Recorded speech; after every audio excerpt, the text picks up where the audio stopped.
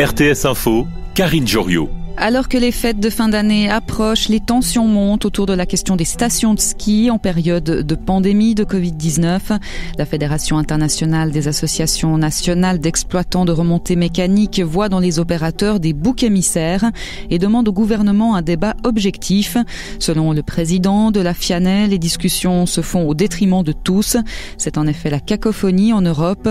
En Allemagne et en France, par exemple, les remontées seront fermées durant les vacances de Noël. Ça ne sera pas le cas en Suisse, en Autriche ou en Finlande, par exemple. Chypre a annoncé aujourd'hui l'extension d'un couvre-feu nocturne sur tout le territoire. Il entrera en vigueur le 30 novembre et jusqu'au 13 décembre de 21h à 5h du matin sur les 2 tiers sud de l'île.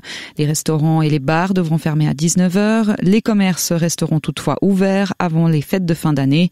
Et le Pays de Galles également durcit ses restrictions. Elles visent principalement les bars et les restaurants. En Suisse, la situation s'améliore mais reste fragile selon l'OFSP. Pour la chef de la section contrôle de l'infection, Virginie Masseret, il faut discuter avec les membres de la famille de la façon dont on veut organiser les fêtes. Elle préconise également des alternatives comme se réunir à l'extérieur ou en cercle restreint. Autre conseil, s'organiser dès à présent pour ses achats de Noël afin d'éviter au maximum les moments de grande affluence dans les magasins. Les Suisses qui se montrent par ailleurs de plus en plus sceptiques vis-à-vis du vaccin contre le Covid.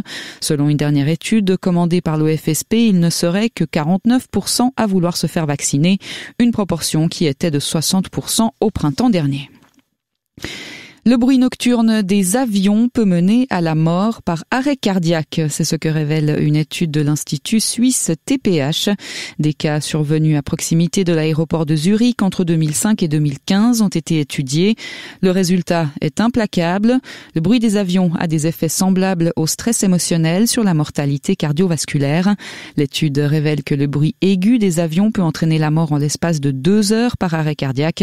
Sur 25 000 décès par arrêt cardiaque survenus à proximité de l'aéroport, 800 sont directement liés au bruit des avions.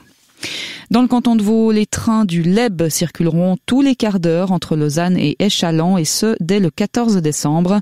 Une nouvelle cadence attendue de longue date puisqu'elle était prévue pour 2018. Un retard sur le calendrier dû notamment à un manque de personnel et des problèmes informatiques. Ce nouvel horaire offre 60% de départs supplémentaires entre Échallens et Cheseaux. Il implique toutefois la suppression de trains directs aux heures de pointe. Ils seront compensés par des nouvelles lignes de bus.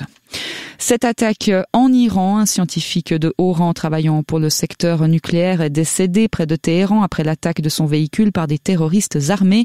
La victime était le chef du département recherche et innovation du ministère de la Défense. Selon le ministère iranien des Affaires étrangères, Israël serait responsable de cette attaque.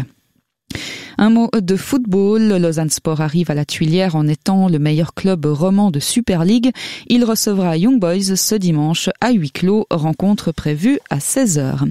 Et enfin météo, toujours un temps sec au programme avec du stratus en plaine et un temps plus ensoleillé au-dessus. Un stratus souvent tenace demain en dessous de 800 mètres. Il pourrait toutefois se dissiper par endroits. Cette nuit et demain matin, comptez entre -3 et 3 degrés, entre 6 et 9 au meilleur de la journée et la bise qui va se lever sur le plateau. Espace 2,